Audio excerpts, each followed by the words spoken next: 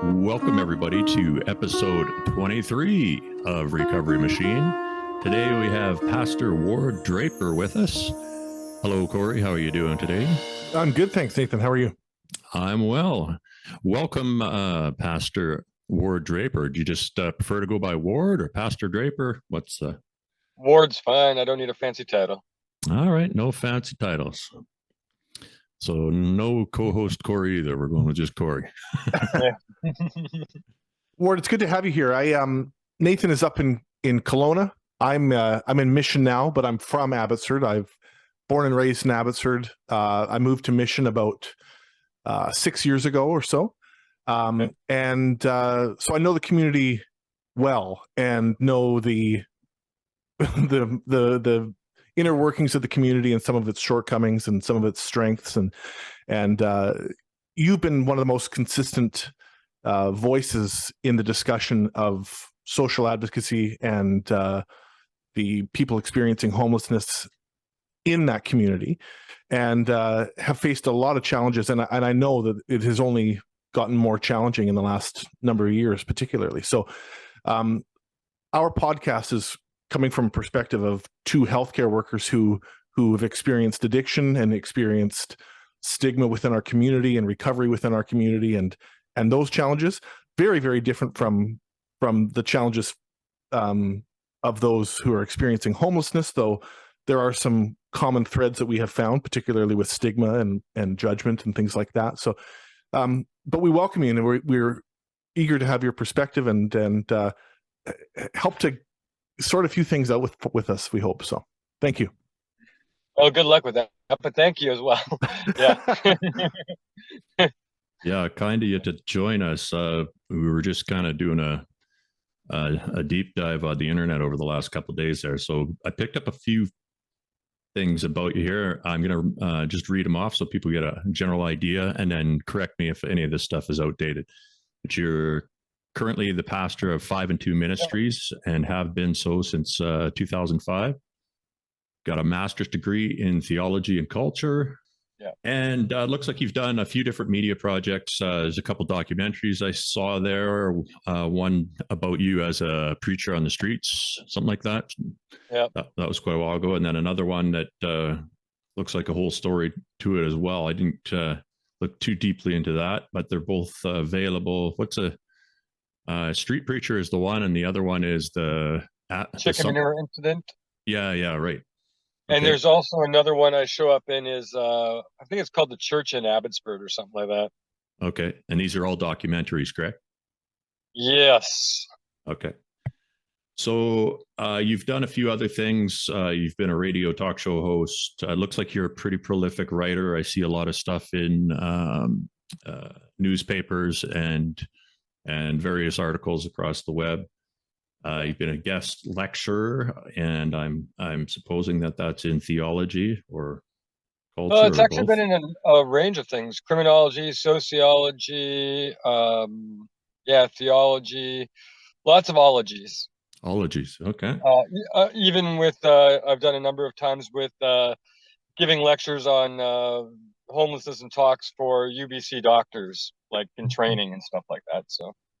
Okay. Yeah, that is actually probably a fairly valuable service there, because the disconnect, I imagine, would be fairly large. There's a bit of a disconnect, yeah. But it looks like, judging by your schedule, you spend most of your time in the Abbotsford area. It looks like lots of time around Jubilee Park and stuff like that, either helping people who are experiencing homelessness or feeding them. It looks like you do some harm reduction stuff. And your schedule looks pretty consistently heavy. You're pretty much going every day, and then I'm not sure if you take Sunday off or what goes on there. But am I fairly correct and accurate thus far? Yeah. I mean, I've been off for the last couple of months just I need a leave of absence. There's too much going on right now. But yeah, I'm still. That's all I do. I just eat and live.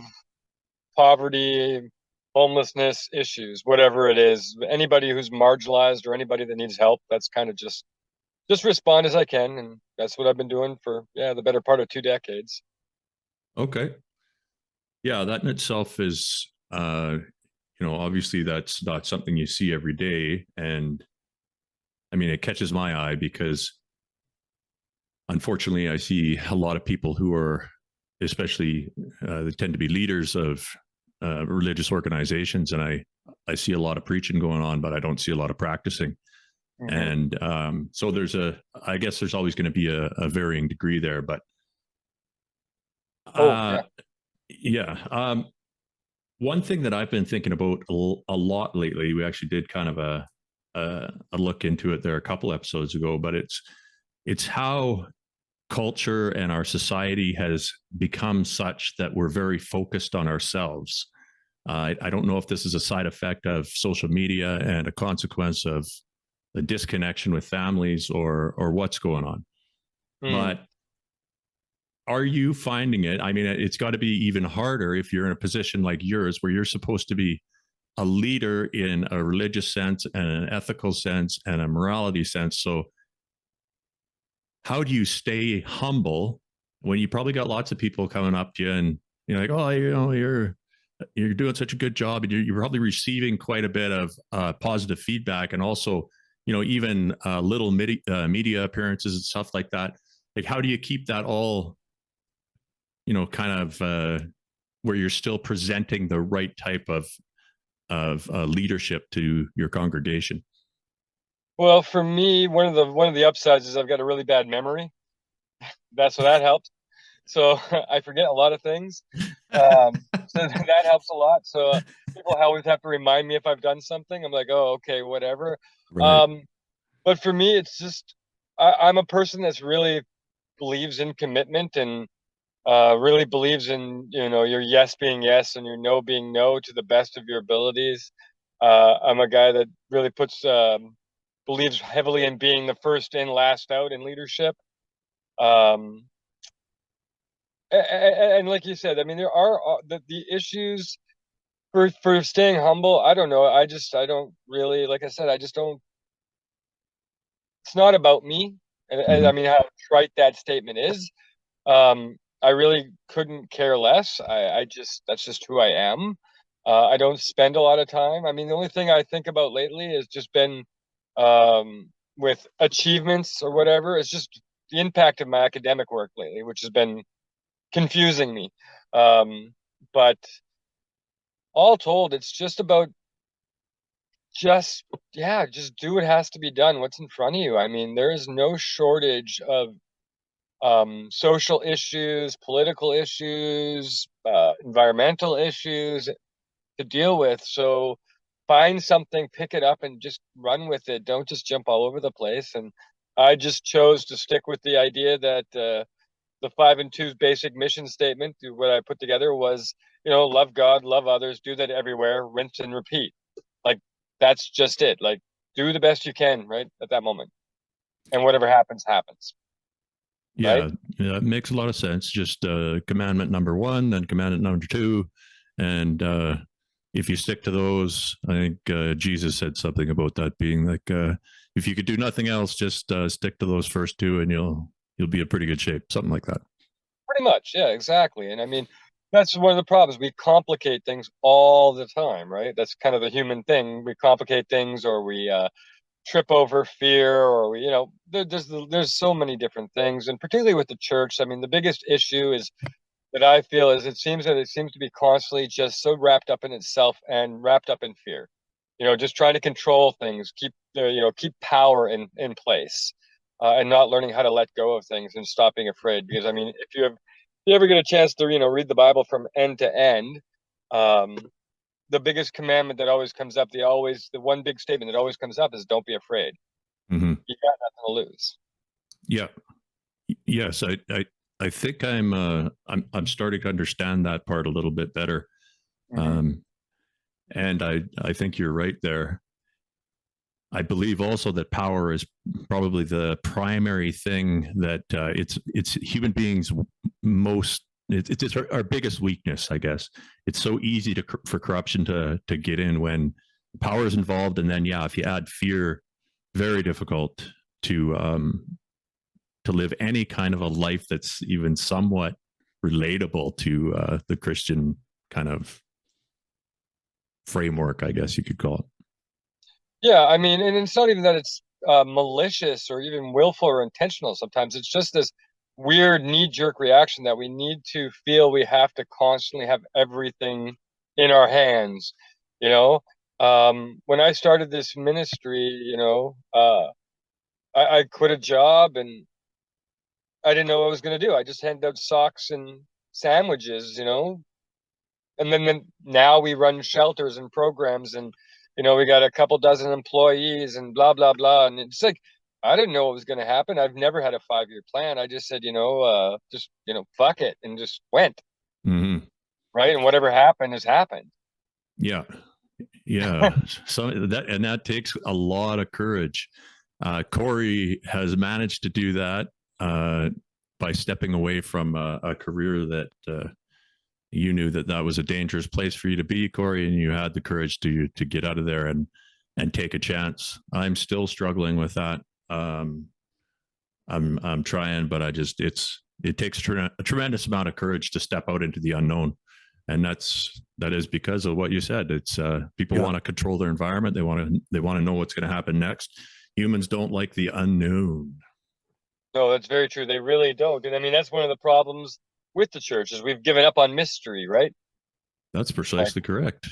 Yes, Yeah. the Western church has kind of just turned its back on mystery. Yes. Can you elaborate on that word? Well, it's just the Eastern side of the church, so the Orthodox end of the world particularly loves mystery. They're totally comfortable with that. They're okay with it. I don't know. But the Western church is just, I'm speaking in broad strokes, but I mean, if you go through, most of the theological textbooks, evangelism books, apologetics, it's all about, here are the 12 steps to this. So there's total control. There's no guesswork.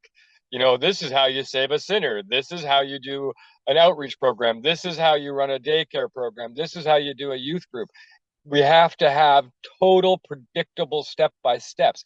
There's this absolute terror of not knowing that seems so very prevalent in the Western church. I mean, you walk into a Christian bookstore and it's all about how you can maintain control over every aspect of your existence, which is very contrary to so much of what we find in the Bible. What we find in the scriptures is about just shut up and be still. Like, you don't need the answers.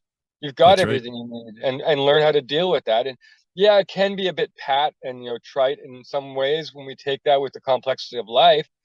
But there's that big but. We have to we're not God, we're not Christ. We need to just shut up and do what we're asked to do to the best of our abilities, and allow mystery to be mystery, and let the unknown be the unknown. And that's one of the biggest detriments that's in the Western church, is just that we need the 12 steps of salvation or we're not going anywhere. Right? Because I mean, the church is I think it's around 2,500 plus creed statements from churches, different ones in North America. People just clamoring to have the right answers to tomorrow and today and all this stuff. To me, it just seems insane when we just need to shut up and just try to take care of the person in front of us to the best of our ability. We don't need an elaborate statement on baptism or music or communion or whatever it is. Just I couldn't agree more. Yeah. And I really think that's the key to the whole thing. In fact, I was just talking to my dad about this yesterday. When you look at some of these faith, any of the big five faiths or belief systems, the further along whichever path you're going, the further along that path you get, it's almost like you reach, I call it like an ocean of paradoxes, where you might know what direction you're going in, and you might have some idea of why, but that would be the maximum amount of information you could have to continue further on the path at that point, because whatever this is that we're in is not designed for us to know everything about it and do everything perfectly all the time, because if we did that, it would defeat the purpose of what we're doing here. Yeah. Well, for me, one of the things that's always stuck in my brain since I was probably like 20 which is, it's like, almost 30 years ago now. I'm getting way too old. But one statement from Billy Graham is always like, I've not always been a fan of his tactics. I mean, I appreciate some of the work he's done, of course, but he said one thing that's always stuck with me, has been very important, which was, I don't know what the future holds. I just know who holds the future. Yeah. Yeah, Right. that's a good example of what like, I mean, I think, like you said, it's about giving up control of, at least one or two, or, the more control you can give up and still maintain a course that you believe is the true path for you and what you're doing in your life. That makes a lot more sense to me. Well, but that's oh, sorry, Nathan. I was going to say, but that's one of the dangers within the church too, right? There was that language you just used, and I'm not trying to attack. I'm just saying it's go ahead. The path you choose, right? The language of me, right? It's learning how to say it's about the language of Christ first, the bigger language, and then the language of we, and then eventually we might get to me. Yeah. Right. Yeah, that seems to be ubiquitous throughout the different belief systems as well. And yeah, I got a million questions already. We better stay somewhat focused, or you're going to be here for 20 years. Yeah, well, it's all good.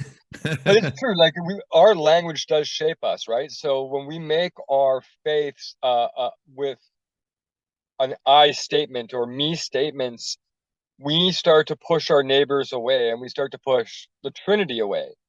There is places for that, and I'm not saying there isn't, but we need to learn how to speak in the grander language of the collective, of the we, of the Trinity, of community, language that is relational first. And I'm just a piece of that. I'm not the center of it. Right. So our language helps liberate us. So the way we speak can help move us unconsciously towards being more available to our neighbors, more available to our communities, more available to the Trinity, to Christ. And ultimately, it ends up benefiting us anyway. And we just don't see it coming half the time, most of the time. Yeah, I mean that's a very poignant answer to the first question there. Totally. Nathan and I were talking about. I'm still reading Gabor Mate's current book, The Myth of Normal, and he talks about that our language, as it contributes to our outlook, that it is world building is the phrase that he uses, that it determines the people we interact with, our successes, our all of our sort of the way we interact with the environment as a whole, and not just, and that those thoughts are not just inconsequential, or our language is not inconsequential. Yeah, you're 100% right. And we've lost that, right? We've lost the meaning. Well, Western culture has lost the understanding what words can mean or what they can do. Again, that goes back into mystery and stuff like that, right? It goes back into, how does this work? Well, we're not 100% sure, but it really does do something. So if we have a Christianity that's talking about just me and Jesus, which is the predominant expressions we find in a Western worldview of the church, what do you get? You get a very egocentric, self-driven church. But if we start talking a language of collectivity, of the bigger we, well, what would that do to the church if we spoke language like that? Instead of saying, well, I'm struggling with my faith, which has a real meaning. It does. But what are the struggles of the church? Let's talk bigger, right? Stop making it so myopic, so self-centered. Yes. And I'm not saying it's not a place for that. There always is a place for that. But let's start with the bigger picture first. Yeah. Right. Yeah, it's a balance, and I believe we're way out of balance right now in that aspect. Oh yeah. Oh yeah. It's been interesting because I know I don't know what your time limits are, but I mean, I can give you a quick rundown of something that's really interesting in the church. Is that we see in the history of the church over the past century was an interesting trend that occurred. Thomas, what's his name? Thomas Ogden. I forget this guy's name right the second, but he did an interesting study that demonstrated how in the Western world, one of the key elements to why the church has turned into so self-centered was around the turn of the 20th century. the removal of the ideas of the Christian virtues started to disappear from theological textbooks. So particularly things like humility and meekness started to disappear from theological textbooks. And as we moved through the early 20th century and the emergence of psychology, we started to shift to the self. And so the church started to drop those primary teachings of virtue and started to start focusing on psychological teachings, which again do have validity, but they're secondary or third or something down the line. But we've actually then started to construct our theology around worldviews, not scriptural views. And Yeah. that's not to say we don't balance them. We just need to put them in a better order. Well, charity, like the archaic sense of the word, should be Mhm. first if you're gonna if you're going back to the original, what was it, charity, hope, and faith, or the top three original virtues. That's one thing, but if you go back to the Gospels, the primary thing is humility first, and everything follows suit. Okay, yeah, that makes sense too, because we were going to ask you about that a little bit later. But yeah, this all good stuff. Yeah, and it's interesting because it makes me wonder what would have happened if, say, the church stuck to its guns and remained in that more communal outlook and took the focus off the self. Would it now be more of a refuge for people who are finding that they're experiencing the negative effects, like the last 2 or 3 generations have had such a focus on them personally that I believe it's making it difficult for them to develop in a mentally healthy way. I could be wrong about that, of course, but that's the general sense I'm getting.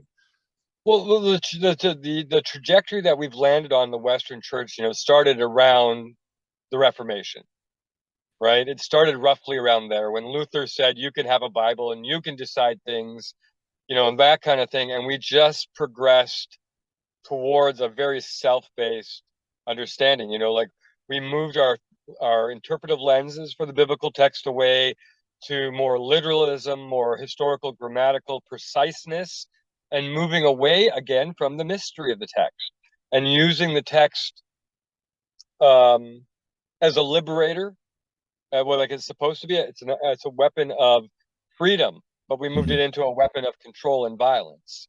That's a simplification of very complex history. But, the Reformation is a big hallmark of when we started to just close that door on mystery pretty much permanently in the Western world. Yeah, I'm aware of that departure, but I haven't studied it very much. I'm actually just starting to look at that part of what happened there. But yeah, it's very interesting. It is very interesting. Now, why is there a guy like you running around who seems to like this? This seems to me that you've got this stuff just from talking to you for whatever, 5 minutes, 10 minutes. You seem to have an outlook which is very different from any other minister that I've talked to, I guess. Why are you the only one who seems to have pieced this together? What's going on here? I'm not the only one that's pieced together, but the list is actually quite short and it's not some sort of ego system ego statement I'm saying. But the reality is because the Western Church is so in bed and mired and entangled with the world. And not to say the world's views are bad, they do have a place, right? But it's the order of operations has been screwed up. And we're not, like, I'm nowhere near perfect on this stuff by a long shot, but it's about trying to understand, I guess, limitations, understanding history. Because what happens in the church, I was just talking to a buddy of mine, he's a priest in the Orthodox Church, is that everyone becomes so entrenched in ideas that make them comfortable. Yes. Right. And that's okay. There's a space for that. Yeah. But in the world of Christianity, there is thousands of rooms to visit and learn from. And so I try to spend my time in every room I possibly can. I don't hold a loyalty to evangelicalism or Mennonites or, Orthodox or whatever they may be, because they all have negatives and they all have positives. And the best we could do is try to figure out how to pull the best we can out of all that. Mhm. Instead of just saying, well, this is the way to do it. Well, no, it's not. Like there's actually a thousand ways to do it. And getting over that arrogance, because there is not just one choice, right? Because one choice isn't choice, right? That's right. So stop being a fool and just admit that you really don't know anything and just keep seeking that wisdom. And that means going outside of the family, not just talking to the church, but spending time with the Sikh community or with the Buddhists, or name it, hanging out with pagans, because Mm. they'll show you how to respect nature better than Western Christian will. Yeah. Like on you go. Don't be a coward. Yeah. You've got literally nothing to lose. What's the worst that's going to happen as a follower of Christ? You die, and what? Do you retire? Like, Yeah. Yeah. I'm just This not is the seeing way the I look at downside. it too. I don't understand the fear of death. But isn't it interesting how what Ward's talking about here could be applied to our current view of addiction in the medical field, right?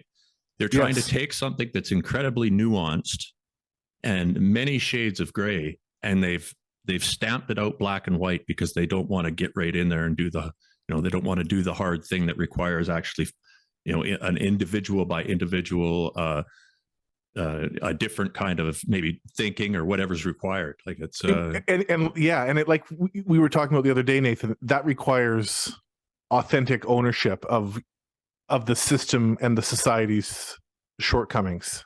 yes, and we can't have that in a medical Yeah. system that has to give answers, right? Exactly, because if you own those things, then you have to be accountable. And That's oh right. my god. Yeah. So Yeah. That's interesting.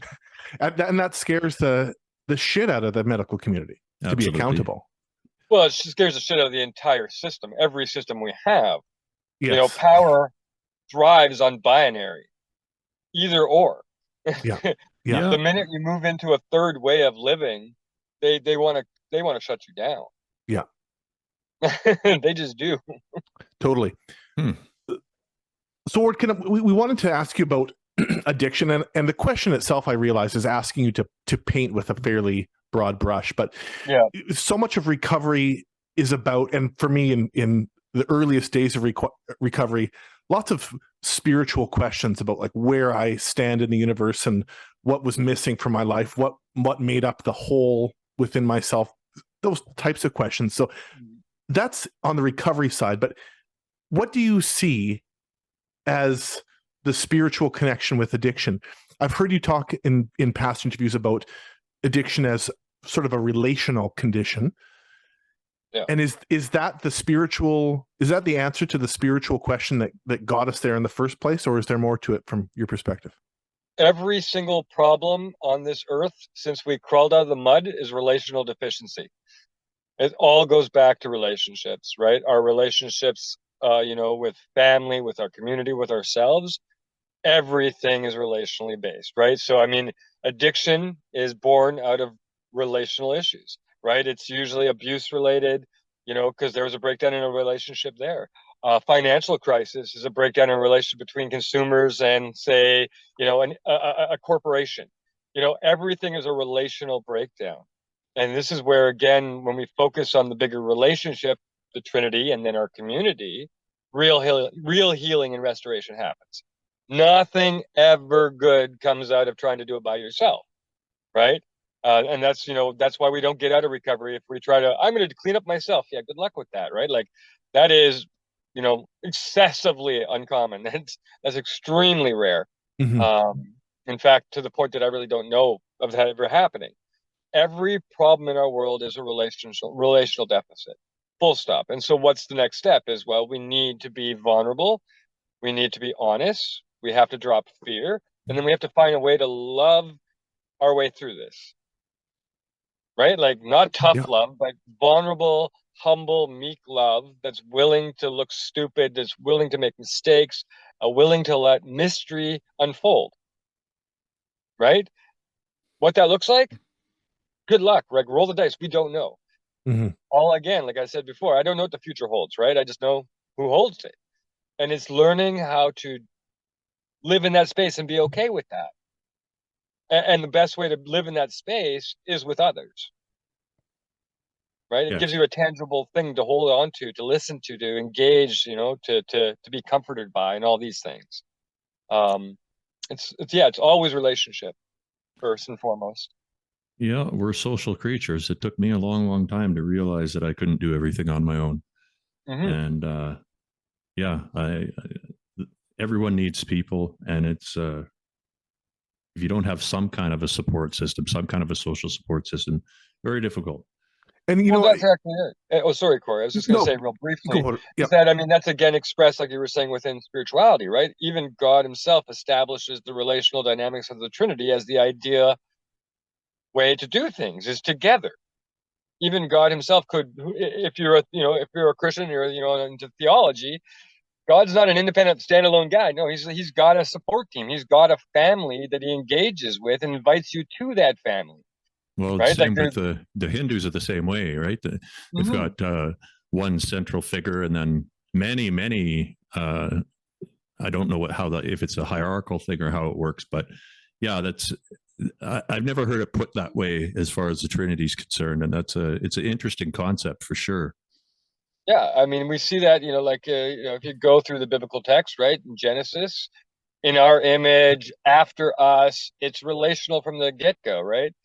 You could read the Bible in a way, if you read the Bible in traditional historical lenses, which is allegorical and metaphorical, the first types of reading in the Bible. That's the history of the church. We don't do that much anymore, but it's like you could read the Bible in a way that in the beginning, relationship created everything. Yes. I understand completely. Yeah. So the minute you fracture a relationship, which happens in the garden, what happens? Shit went south.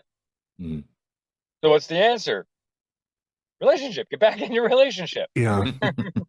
So Ward, and this is not a planned question, but I can't help but ask you this. I think as we're having this conversation, I'm thinking about Gladys Avenue in Abbotsford. And for our listeners who are not from Abbotsford, this is the sort of hub of homeless encampments in Abbotsford. And it's become, especially in the past couple of years, a very dense population. So when we're talking about the relational crisis, and then I think of the judgment that we put upon people who are congregating in a community and have found a community within a larger community that has abandoned them, in a sense, and the criticism of, well, they're congregating and now you got 10 tents and 20 tents and now there's 50 tents, and damn it, what's next? And what is next is a great question and a huge question, but there is community there, and there is at least relation there. And I think about the people who don't even have that. And so I don't know what I'm asking here, Ward, but is the formation of encampments for our homeless population, is that in fact a stepping stone within itself to getting out of the very, very tough situation that people are in? Well, it can be a step to getting better. But primarily it's just the necessary step of having love. Right? And if that doesn't produce anything but a sense of safety, that in itself is good. Right? We're trying to impose what we think is better or what we think is the right way. We got to slow our roll on that sometimes. Right? I agree that there's some really adverse behaviors and things that happen in those things. I've seen countless horrendous things. But at the bare minimum, it is a restoration of relationships, because many of these people don't have family, or they've had very traumatic experiences with their family. So this is a chance to at least experience some form of safety and attachment, which is primary to breathing as a human. You need to be loved. Yes. Even if it looks different than what you were used to or what you think is right, it's at least something. And that's a great first step. And if some people don't move beyond that, okay, well, let's not abandon them because they're not the nuclear family, right? That leads in. Why do we influence that? It leads into the next question fairly nicely there, considering your relationship with the people in Abbotsford who are making the rules, your elected officials.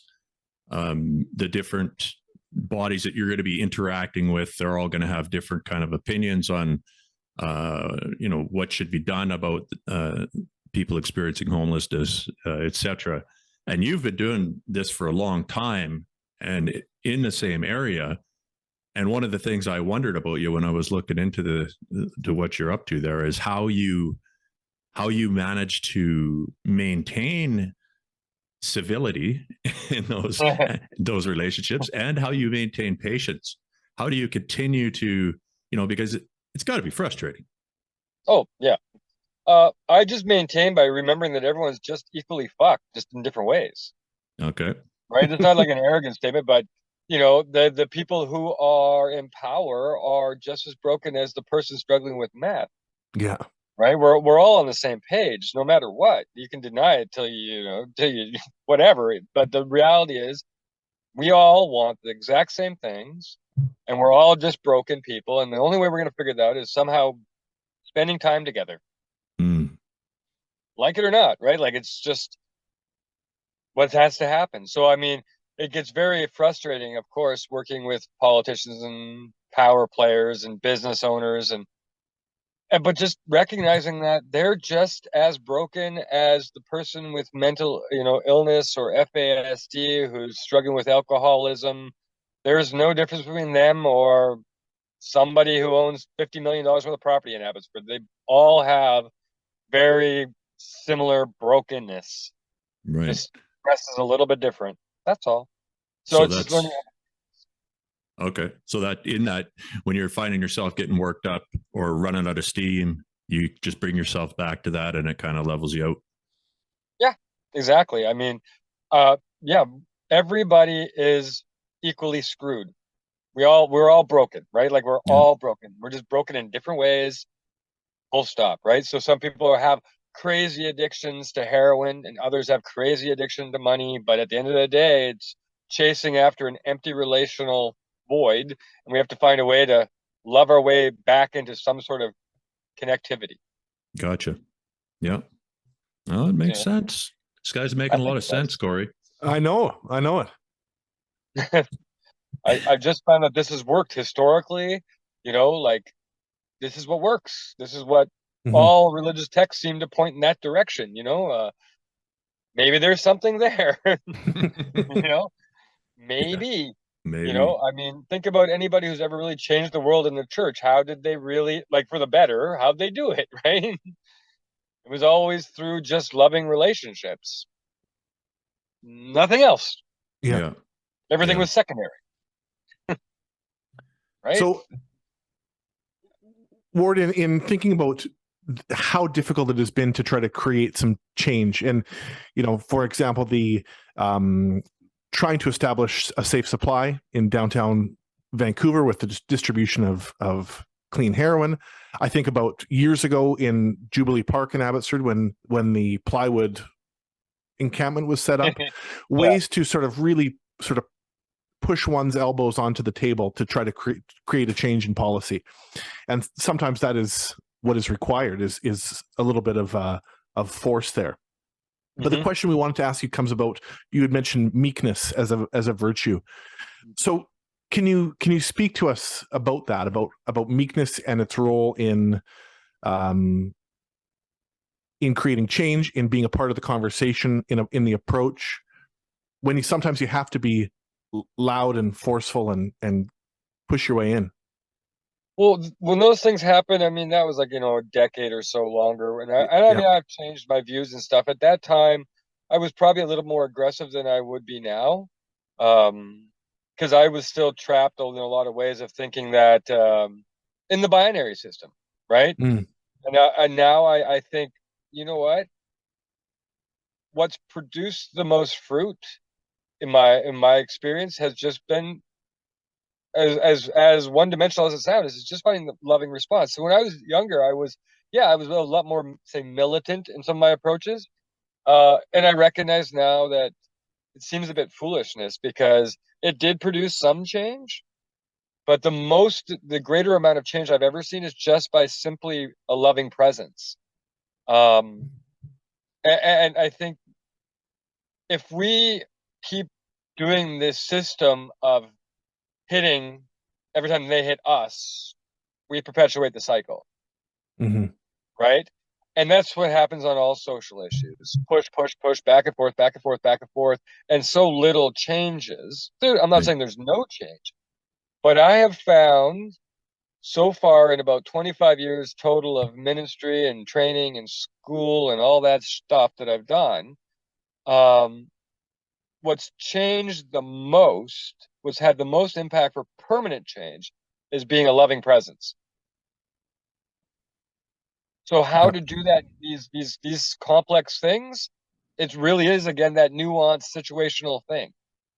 I don't know if I would be as loud and belligerent anymore with protests, because I mean, when we were doing the harm reduction stuff, we had marches and protests. We dumped like 50,000 needles at the feet of Nigel Murray at Fraser Valley, Fraser Health Board meetings, and Mm-hmm.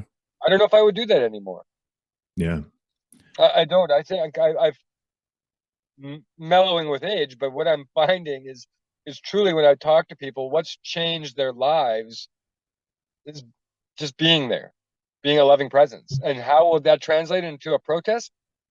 Again, I think it's situational, but I think it's doable. It's trying to find that other way that's outside the black and white thinking, because it's the Gandhi thing, an eye for an eye makes you blind, and this is what we keep doing with these issues. Yeah. Mm-hmm. This has to be happen now, or this happens now. How do we find that third way? And that third way is found in the we instead of the me versus you, right? Mm-hmm. And so it's about that moment. How do we create those moments? How do we enlarge those moments? How do we create those moments? Yeah. And it has to be found without fear too.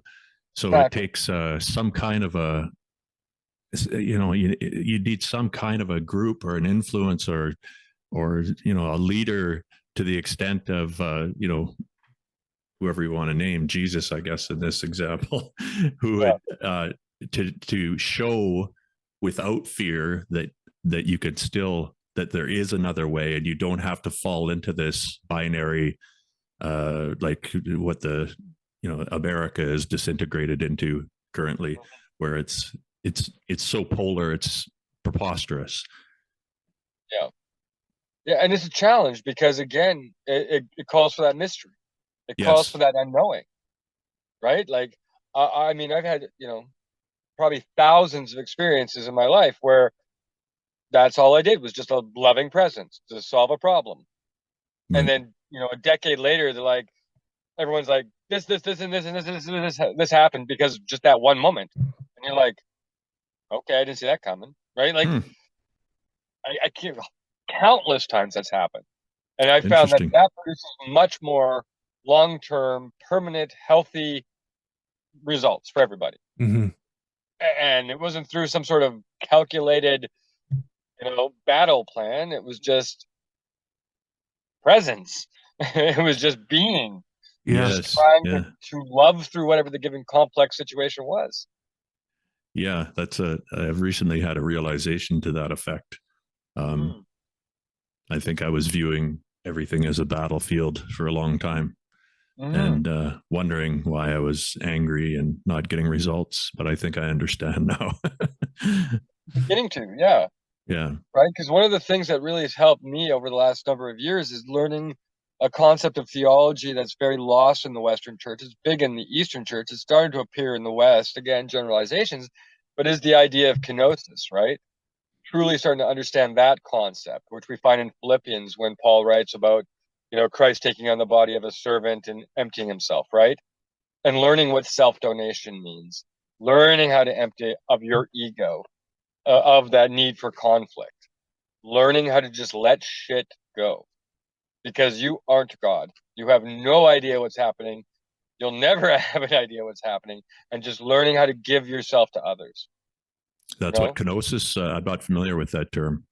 Yeah, you'll find that in Philippians. The Greek word is, what is it? Kanoi, canoe. Yeah, I can't even spell it right this second, but yes, it's in Okay. Philippians there. Okay. When Paul talks of Christ emptying himself. So if the creator of everything is willing to empty himself to bring restoration through relationship, maybe we should start learning how to give of ourselves, learning how to self-donate, how to give up, power and control, learning how to, in other language, how to decolonize even ourselves. Is this ego death style? Yeah. Yeah. Okay. I gotcha. Yeah, that makes a lot of sense. And I think, yes, there is some, there seems to be quite a bit of traction there, actually. Just over the last 5 years, that concept is really coming around. You know, you hear it a lot. And it, yeah, I think without that, and that is a very difficult thing to do without, you know, like psychogenic drugs could help get you to that state in a hurry sometimes, but doing it without drugs, yeah, that's very, very high level stuff. Oh yeah, but again, we have so many, we have a lot of hurdles to get over, but we have to start really, if we want to be effective in the church, we got to start separating like world ideas from scripture ideas with more haste. You know, read everything from, you know, nationalism or patriotism stuff, you know, to faulty, deficient theologies, really learning how to let go of stuff that really at the end of the day doesn't matter. Because when we, especially in the church, when we're doing theology and we're trying to tell people how to be a good Christian, it's like almost like you're a 3-year-old trying to develop quantum mechanic theories with a crayon. Like, we're trying to deal with things we have no concept of trying to control. Like, we've just got to let it go. Let it go. What do you have to do? Take care of the person in front of you. Mm-hmm. And that's it. That just ends there. Yeah. That is the spiritual practice. Yes. Yeah. But that is kenosis. That is learning how to move with the body of Christ. It's learning how to move with the Trinity better. Is just don't have an agenda. This is the logos. Yes. It's a big part of that. Yeah. Yes. Yeah. It's I don't know. Keep it simple. Yeah. I see, you know, just to throw in here, just a lot of people in our culture who are very involved in the church are involved on this level where they're getting a lot of comfort out of whatever they have gleaned from the experience of either going to church, that community, or reading the Bible, whatever it is. But that's kind of it. And it's just kind of a comforting thing. And I think that's good and that's fine. But to me, that's very much kind of like just the tip of the iceberg as far as what's available. Mm-hmm. You know, if you want to really get into it. But I suppose people should be allowed that too, if it brings them comfort, and as long as they're, it's hard to say. Yeah, you got to make space for it. But again, it goes back to something we were talking about earlier with language, right? If you want to start making some real indelible impressions by doing something simple, but that will revolutionize everything around you, you know, a really simple thing to do, especially in positions of being us white males. You want to know how to change your community, like, and really start flipping the switch really easy. I mean, if Christ is important in your life, as a Christian male, I want to see one thing that starts to just deconstruct a lot of the crappy baggage is when you're engaging with each other in public or in private, just tell each other you love you. Yeah. Like, as remedial and like hippie as that sound, no, it's that way. Yeah, no, it's something. Never neglect that. You want to transform a world, start doing that. That freaks out everybody. Yeah, no, I got some. Well, one of my buddies is trying to call me right now, and he's the type of guy that's how we end our conversations. We haven't seen each other for a long time, but that takes especially with guys, right? That takes like a level of maturity where you've been through some shit, usually, and you've gotten to a place where you're like, dude, but on a universal level, yeah, I think that could be pretty helpful. Oh, it's unbelievably transformative. Those little things, those little seemingly, like, I guess, innocuous kind of things, these mundane things. We don't have big answers, but if we can learn how to start being just vulnerable, humble, meek, that. So if you're going out for coffee at Starbucks with Corey, make sure you hug him. And so I know it sounds ridiculous. You hug him and you say, I love you, when you finish the conversation. Yeah. The impact that has on a room of 50 to 70 people, and you don't have to have an agenda. It's Yeah. actually being vulnerable, a bit of maturity, but more importantly, honest. Stop Yes. hiding. Be Yeah. Yeah. transparent. You want to see how your world just starts to just change with that? Like, it's huge. It is so huge. It's unbelievable because that's, what I do with most of the folks in my life, Mm. if not the majority, men and Yeah. women, whatever. Just Mhm. being honest about it. Yeah. That's awesome. That's a really So, like with cool the piece of homeless advice. example, that's what happens with that event when I'm going for our community dinners or outreach. It's normal for a lineup of people to form that all they want to hear is "I love you" and tell me they love me and give me a hug, Mhm. and lives are transformed. Hmm. Communities are transformed. Like literally, there's instant fruit, Right. instant, and it wasn't because they've lined up to a theological idea or they haven't lined up to a societal idea. Like today, I think I've received, I think 3 or 4 phone calls just for people calling to say they love me. And that's normal. It's just Mm. that. Men and women, whatever, homeless, not like actually I got a call this morning from a buddy of mine I haven't talked to in 6 months. He's homeless and he just called up because we haven't talked in a few months. Yeah. And that's all he wanted to say is like, I'm getting better and I just want to say I miss you and I love you and we'll talk soon. Yeah. Yeah. That's a tough one for guys, but I do like that's, I mean, when I turned 30, I mean, you start to grow up a little bit. And then certainly after, 35, 40, and I wasn't the first guy to be vulnerable like that, but I've got a really good buddy who, he's just that type of guy. He Mm-hmm. naturally is like that. He has no, that's one of the things I like about him because he's got no, he's just shameless. He's Yeah. not afraid of what anyone thinks and he just speaks his mind. And Yeah. it could be like really uncomfortable sometimes. And sometimes it's really cool, but, Yeah. um, No, I mean, I struggle with it all the time. Like it doesn't come easy for me at mm, all. Like yeah, it's a willful choice to make these things. But like me, like you were saying, Nathan, I've got a friend just like that. He like every day, I love you. Got it. I got it. Can we stop this? It's freaking me out. Like it's just because again, I'm not a saint. Like I by no means am I comfortable with this, but I know the value in it. Mhm. yeah, Self-donation, right? yeah, But it's again, those if you want to change how people view addicts, or view people with mental health issues, or whatever, pick your social problem, you know, encounter them that way. Again, 100%. What you find in the scripture, greet each other in love, right? It's what it says right there on the page. It's been there for thousands of years, so maybe there's something we can glean from that. yeah. Humans love to overcomplicate. Um, it's a tough one. Mm-hmm. So, Ward, I've got a curveball for you then. Yes, sir.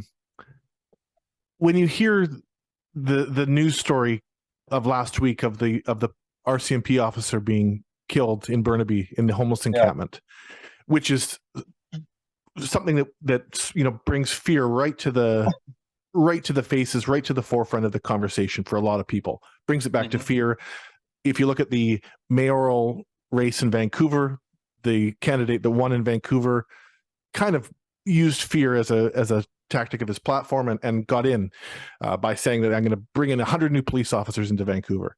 Mm-hmm. How do we bring it back to love in that discussion? One at a time, one person at a time, right? Because that's one of the things. The system still thinks that fear is the great way to do things, right? It's a tragic a system, tragic event has happened. But if you go in with softness, gentleness, we got to find ways to do that. And as it's not overly simple, but we've had cases in Abbotsford. I remember, if you do remember, the incident when Roy was beanbagged and stuff just because he was being Roy. He had mental health issues. Mm-hmm. Every cop knew him, Mm-hmm. right? Mm-hmm. And they went in with an iron fist and complicated a situation, I should say. When with Roy, all you would have had to say is, "Do you want a French vanilla coffee?" Yeah.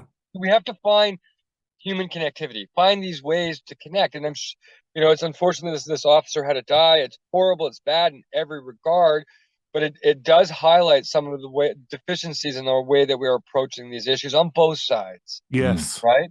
And so we Yes. need to find I know it sounds ridiculous. I feel like such a hippie all the time, but it's finding these more loving responses. So, you go into a situation, because I mean, I've had no shortage of hostile encounters in the work I've done in doing ministry. I mean, I can so many times where people have. I had an incident a few years back, or what it was. Again, time's irrelevant to me. It's all the same.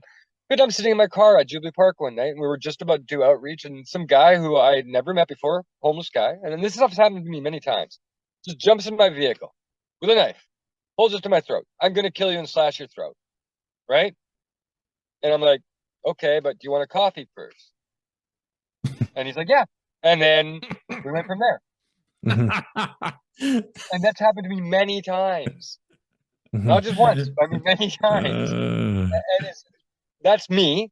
I'm not expecting everybody to do that. I get that. But how do we find softer ways?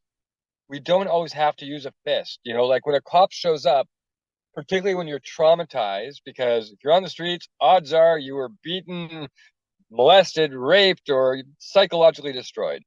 Odds are great that that's why you're there. Yeah. And somebody shows up and all they are projecting is an image of control, domination, and violence. What are you creating, right? So maybe we have to find other ways. Maybe it's time that we start looking at softer approaches. Yeah. Yeah. You'd think that would have been something that was, invested in a little more heavily at this point. And I'm sure they were taught about how to control your body language and how to be, stuff like that. I'm sure that was there, but something more has to happen, because this is all we're seeing is violence after violence after violence. Yeah. Well, the police have it tough in that they're showing up from an assumed stance of authority. They've got the uniform. They're easy to pick out. I mean, it sets off the us them mentality immediately, especially if you've got somebody who's got problems with authority, which many, again, of those marginalized people are going to have. So yeah, I don't know. I think there probably is a way to do it that would be much safer and more productive for everybody. But yeah, it's tough. There's no right answer. There's no like immediate answer comes to my mind, but it's really, we have to find something some more gentleness to everything. Because I mean, the cops themselves they're screwed over exponentially. There's no doubt about that. I was just talking to a cop the other day, and she's saying that something like 80% of the calls in Abbotsford are just these mental health, homelessness issues, almost 80% or something like that. It's like ridiculously high, yeah, right? Cops aren't social workers, no, right? We've heard that 1,000 times. Okay, but if we're going to keep putting them in those situations, maybe we start training them to be then. Or send one with them, or Well, they do that already to a certain degree, but again, it comes back with those arguments about police training. Do we start doing like, you have to get a bachelor's degree in all these kind of things before you go out in the streets? Yeah, which is better for them and for the community. It really is, I think, anyway. Because I mean, most cops, unfortunately, my experience, and I have lots of experience with police, professionally and privately. Typically, the police come in just to demonstrate force, right? Like, I'm shutting this down. Well, how about we find something? Is there a middle way? Yeah, maybe there could be, especially when you're. I mean, this can't be cost effective in any way, shape, or form, and obviously, it's a complex problem. But we'll throw. We got a couple of questions for you that are a little not lighter, but different, I guess.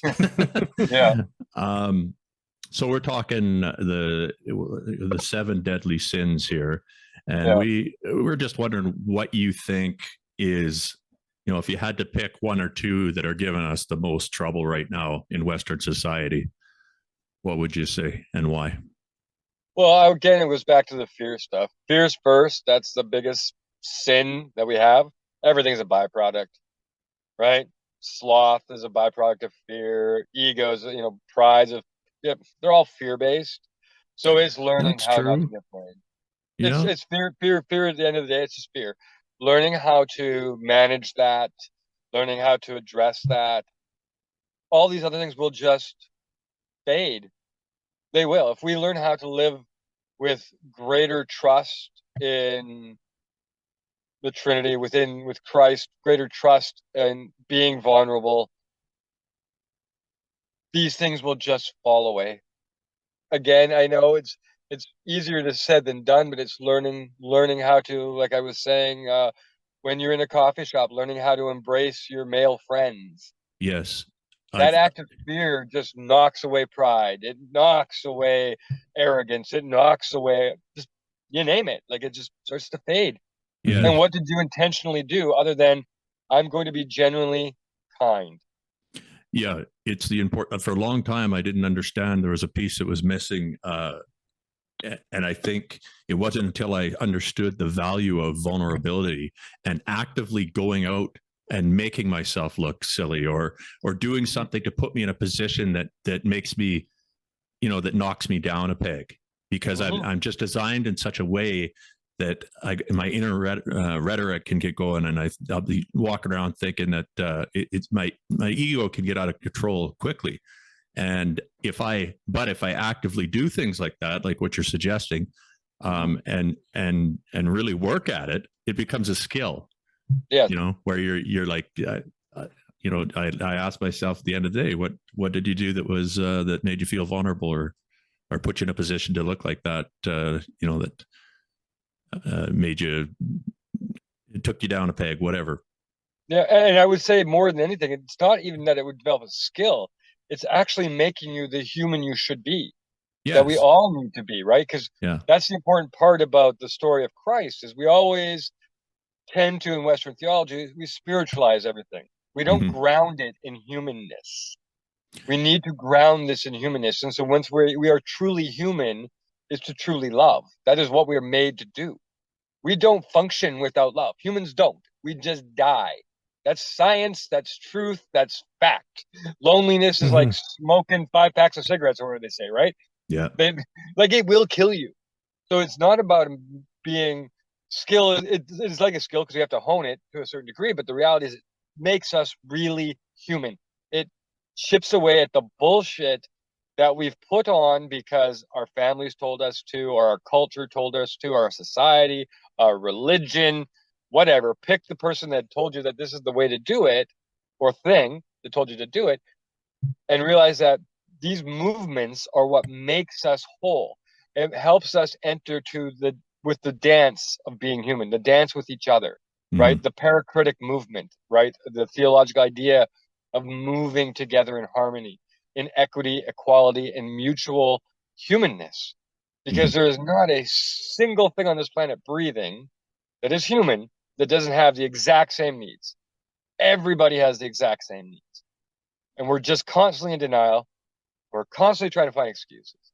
If we can find a way to just take these steps to throw our asses off the edge of being honest and finding our humanity, shit will just naturally get better. It will just happen. Yeah. No 5-year plan, no strategy. Yeah, I believe you. I believe you. I believe that is true, and that doesn't make it any easier. No, it does not. No. But again, it goes back to what I was saying earlier. Our language will shape us. What we say, what we declare as our truths, make us what we are. So if we're an arrogant prick who thinks I'm just defined by the fact that I can press 300 pounds and I'm defined by my job, or I'm defined by what I own, and that's all you talk about, what the hell do you think you're going to become? But if you're talking like as an individual who says, I'm defined by love, and I'm defined by vulnerability, I'm defined by honesty, that I want to be the best human I can be, what's going to happen? There's two different things. You're either going to be walking around with, like an arrogant prick, or you're going to be someone who's able to transform the world just by being present in a healthy way. Yeah. Man. And I guess it matters what your priorities are and what stage of life you're at, but I don't even think that. I think if you want leadership, that's how you do it. Well, no, I agree, right? Like, that's the correct method. I think for some people, it's a tough sell. If you've got somebody who's bought heavily into like materialism or something like that, or is very laden with power, it's it's difficult to get them to let that go, I think. It can be. It is a time consuming. It doesn't happen overnight. But again, my experiences have shown me that if you choose to be that expression, it will erode people. Like, I can't even tell you. I mean, I have countless people who have come into the ministry over the years as volunteers who were well off, upper middle class or whatever, and their view on the homeless was um, a very downward looking view, right? I'm here to rescue this piece of shit. Mm-hmm. And 6 months to a year in with 5 and 2, and they're realizing, oh, I'm that piece of shit too. And we need the exact same thing. We just need to be present with each other, to hear each other, to love each other the best that we can together. Yeah, that connectivity again. Yeah. Yeah, it goes back to there's a mutual engagement, a mutual education that does occur that does just naturally starts to chip away. Some people will take forever. Some people will happen quickly. But I've seen it thousands of times. Thousands. There's people in political circles in Abbotsford who came to the 5 and 2, say 10 years ago, and they were like, stupid homeless people. I hate them all. They're just taking everything they get. Just negative. Fine. I get it. I understand. I can see how you see that. No problem. I get it. Not going to argue. I can see how that view is. But now just sit down and have coffee with this guy. And do that once a week or once a month for a few years. And at the end of it, 100% on board with that way of living. I get it now. And now you're an advocate. Yeah. Like, it might take a couple of years, it might take a few years, but they get there. I have yet to see someone who hasn't. Sorry, Corey, I cut you off there. No, I'm glad we kept it rolling, and this kind of fits. What was coming to mind for me in the conversation, Ward, was also shame, and thinking about how shame is a driver of some of these sins, if you will, or human, hurtful, harmful human behaviors. That shame is often at the root of that, and it's also at the root of addiction in many cases, I think.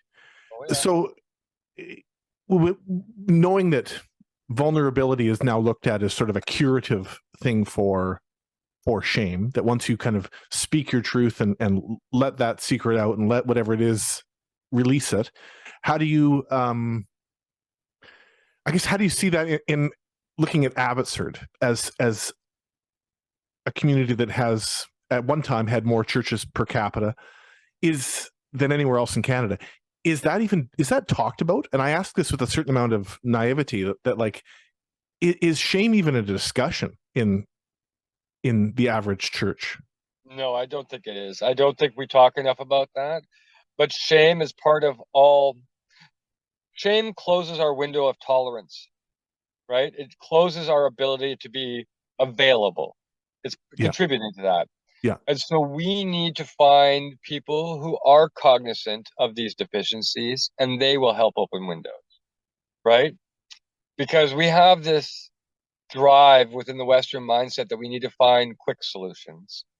And I am 100% wishing we could, right? All the time. But it's the few folks that realize these things like shame are there, or fear is driving us, or pick one thing. And those of us who are aware of that find ways to help people open their windows of tolerance so they can move away from those ideas. And it does not happen quickly, unfortunately, no matter how much we would like to. Because that's kind of our Western thing. We need an answer. We need it now, right? We need the 3 steps to success, and I'm there. And here's my TikTok video for it. No, we need to be just consistent. We need to commit ourselves, those who are aware. And it's not that we're arrogant or better or anything like that. It's just, we know that shame is a problem, for example. So how do we help people overcome that as an individual? How do I enter into a community where I can help people liberate from shame? How can I help people realize what that's doing to them and to everyone around them? Right? It goes back to that simple loving our way out of it thing. And because trauma closes people's windows, suffering closes people's window of tolerance to everything in life and living and to loving, those of us who have unfortunately or fortunately stumbled into these ideas, into these liberating truths, How do we make them a daily thing that we can take charge of for all of us? And that's the thing. Like we are not going to change society with passing of new legislation, developing new policy. That may come, that might be a piece of it, but it's the second, third, or fourth piece of it. The first piece is, I know that a person struggling with homelessness and addiction, the thing they need most is not a moral lesson or an evangelism outreach thing. What they need is somebody to sit with them, look them in the eye, hold their hand when they're crying and struggling, and that window starts to open for them, and they can start to feel alive. They can start to feel movement towards their full humanness. And then that just trickles down, right? Like, mercy runs like a river, verse stuff like in Micah and Amos, all that stuff about how justice rolls on. That's how it happens. It just does. It's the magic formula of what caring for people actually does. Yeah. Right. I don't know if that answers your question well, but that's the trajectory I view it. It does. It does for sure. I don't think you could come up with a better answer than that. Ward, like I think too about, and again, this is maybe a bit of a sidetrack, but while we're there, like I think about what is happening with truth and reconciliation in our country, and that the indigenous communities within our country are doing a courageous, remarkable job of releasing their shame and releasing their pain. And then I think about the priests who were behind the abuse. And I wonder about their shame, and like, is anything being done to release the shame within the church about that? Like, isn't that the other side of truth and reconciliation? Well, most definitely. But I think, again, it goes back to like what I was just saying, is that those acts of love within the indigenous community will, for lack of a less hippie way of saying it, will melt the hardened hearts. Yeah. It will start opening those doors and windows to new ways. It's not going to be overnight. Good God, that's going to take, I wouldn't even want to calculate how long that's going to take. But I have found that if you just, be that light in the darkness, and the more candles that join you, right, everything will fade away. These bad things just seem to just take care of themselves in a way, right? It's because I mean the indigenous community is really speaking towards some of the stuff that I've been mentioning, is that it's together, it's their togetherness that is bringing the healing. Yeah. Right. It's they're trying to love their way through a shitstorm. Yeah. So what if we all tried to join in a way to find a way to love through this collective shitstorm we're in? Yeah, and go against the training that we've received since day one, which is go out there and do it yourself. Yeah, exactly. Because nobody's gonna, that's a big problem when it comes with addictions and homelessness and all the related social issues. What's the regular normative response in any form of a media whatsoever? Communication is go to the government for help. Somebody else is going to fix this. No, dipshit. Only you are going to change this. You accepting the fact that you've got to find a loving way to deal with this with other folks. Together, we need to love our way out of this. Right. A new policy is not going to help whatsoever, because it sure as fuck hasn't helped yet. No. Well, that's a good point. Yeah. And this is, I mean, it's the thing. It's like we keep trying to find, safer ways where we're not vulnerable. We're like, if we can make a machine that'll take care of this, it'll be it's going to be you waking up in the morning going, I'm not going to be such a raging asshole and define myself by me and what I think is right. No, it's going to be waking up in the morning going, I'm going to find a way to love every asshole I encounter, including myself. And we're going to get better. We are, and this is what history has taught us. All our great leaders and mystics and saints and heroes have always said the exact same thing. But we just can't seem to collectively get on that page all the time, right? It's very frustrating. It's one of my all-time favorite saints of all time. I've never found a better way of expressing how to heal the world. And than Saint Teresa, Saint Therese, sorry, of Lisieux. She wrote a book called The Story of a Little Soul. And the gist of that is, how do you change the world? How do you help people? How do you serve Christ? You just sit at his feet and you throw flowers. Small, beautiful acts, and that's it.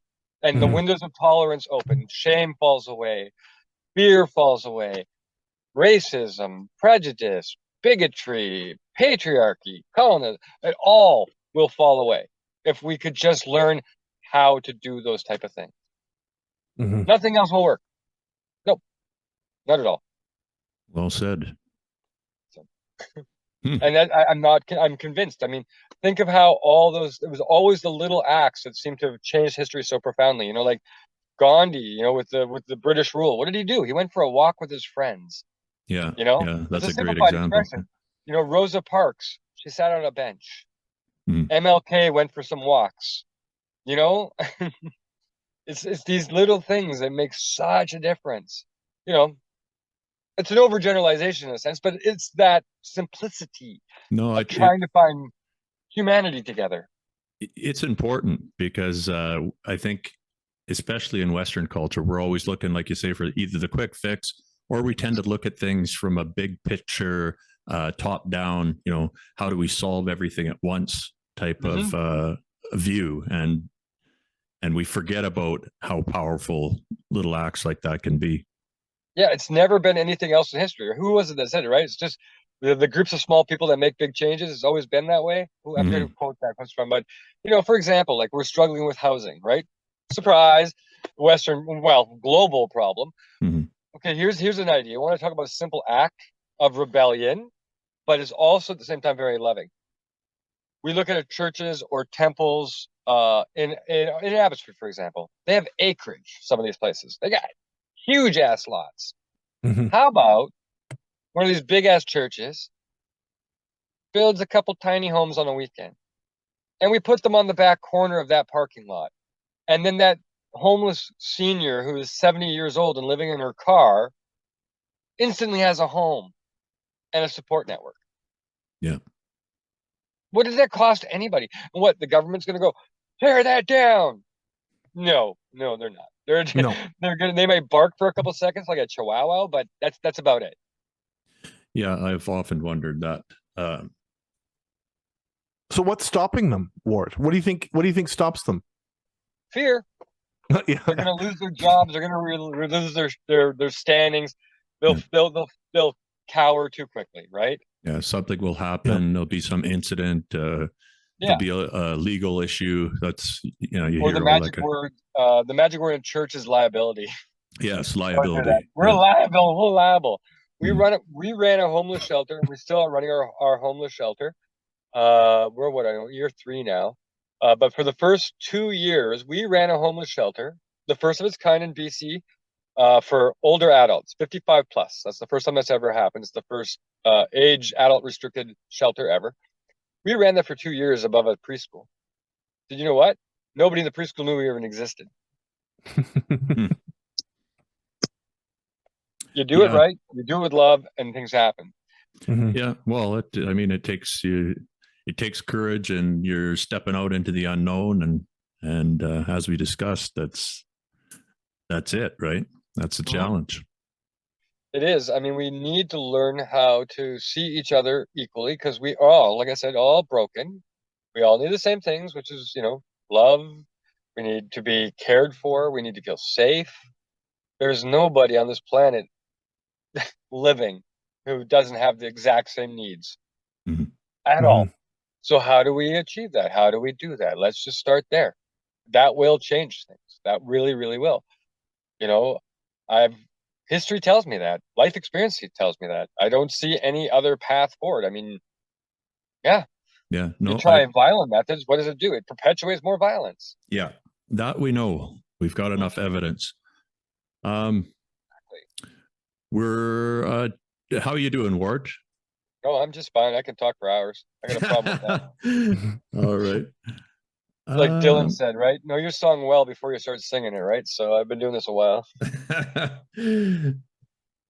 Well, you've done a pretty good job at going over. I think you mowed through most of our questions here. We do have one more thing there.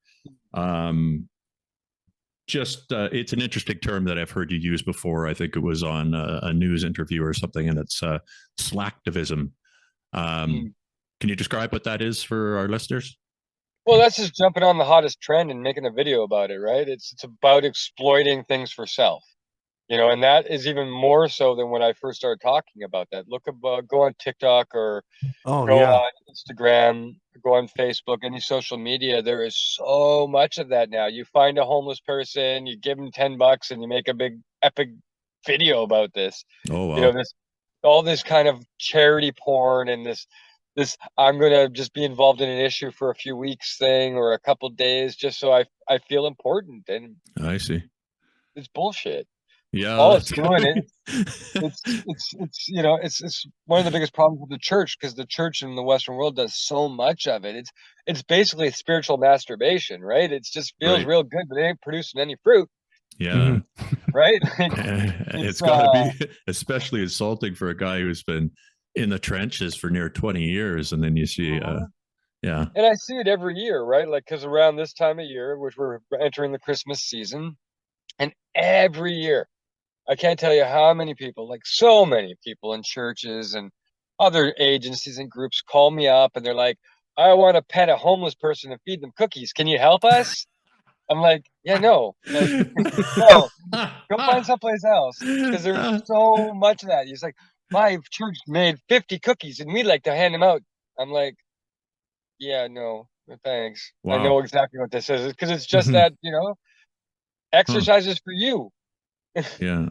I've witnessed some of the most ludicrous things from the church over the years with things like the drive-by prayer groups and stuff like that. So I'll be sitting at a homeless camp, and then a church van pulls up, and 50 Christians jump out, and they're like, "Can we pray for you?" And they start praying for everybody, and everyone's like, "What the fuck's happening?" And they jump back in their van and drive away.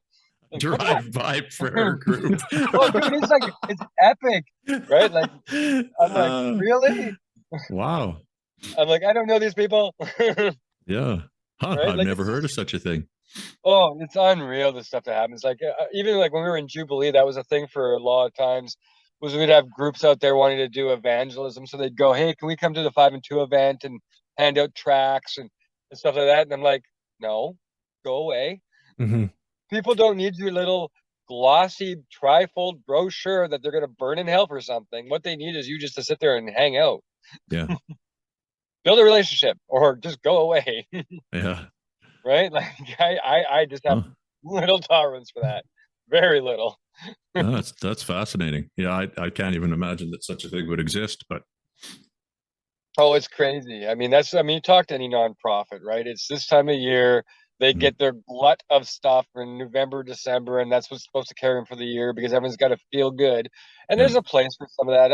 I'm not wholly against it, because there's kids who are like, raise 50 bucks in pop bottles, and you want to encourage some of that stuff. But when Mhm. you've got organized church stuff going, this year's our cookie night, and we're gonna bring out hot chocolate, and we're gonna go to you to do it. How about you just go and meet your neighbors and leave me alone? Yeah, I find that a little bit strange. You would think they just go present, like, why do they need you to get involved? They want you to be a buffer?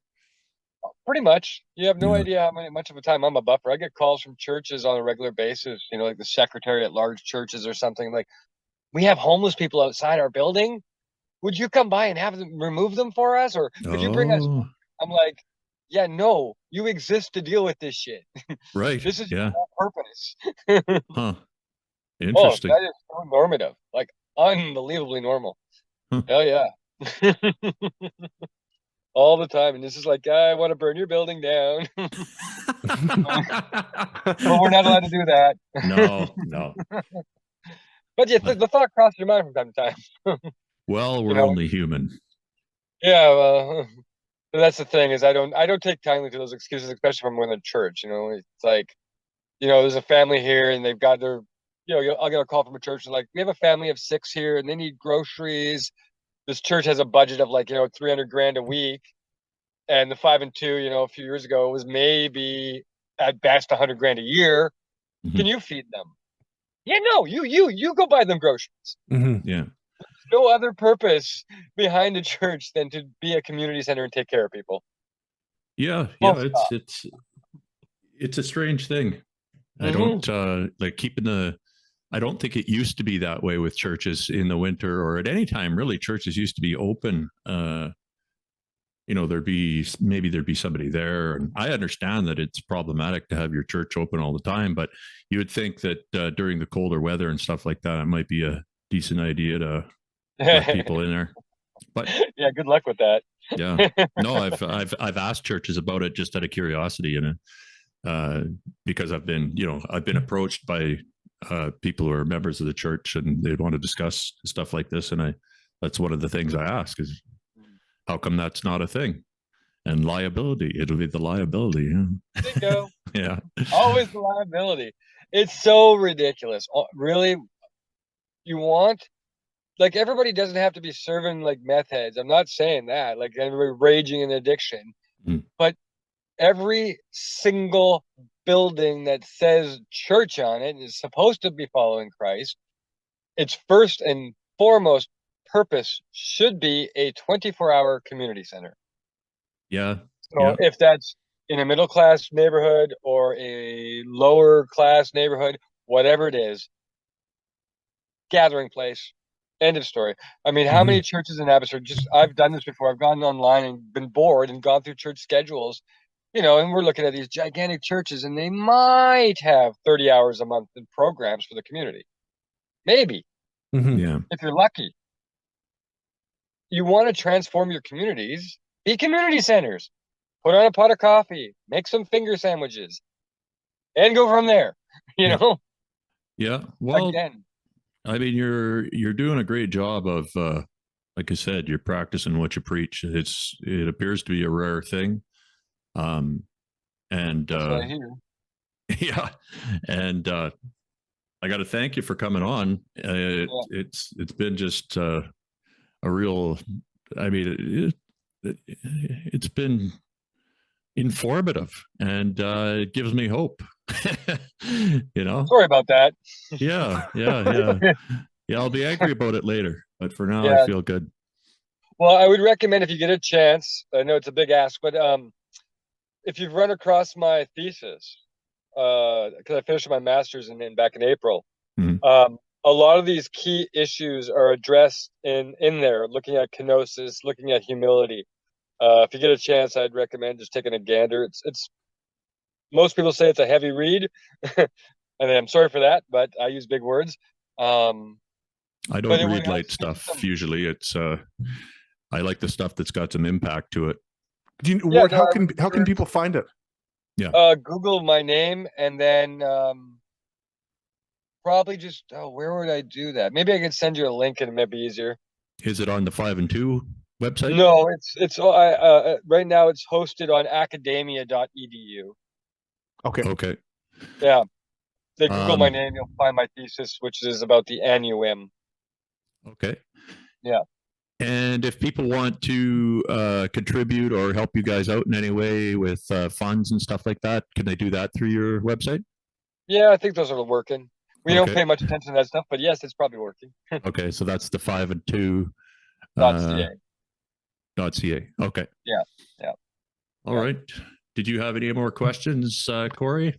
Or should we let this guy go back to his business? Yeah, no, I think you've answered everything and then some. And you've certainly given me a lot to go away and think about. And you've actually given me a clearer understanding of some of the root questions that we had for you and that we've had in this whole podcast over the last year almost. So it's really appropriate that you joined us today. And I'm grateful that you were able to. So thanks. Yeah, the timing is good.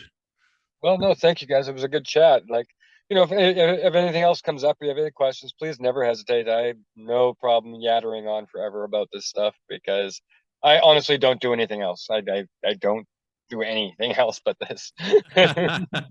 Well, we might take you up on that then, because lots of stuff to talk about. But thank you very much once again, and best of luck down there. Yeah, thank you guys. I'm sure we'll love you. Yeah, there you go. Love you too. Thank you for taking the time, because these issues really do need to be talked about as much more. But again, you want your listeners to know that's the important thing. Stop looking for everybody else to answer these. It's you. You've got to Yeah. figure out how to do this. Yeah. Yep. Yeah. Well said.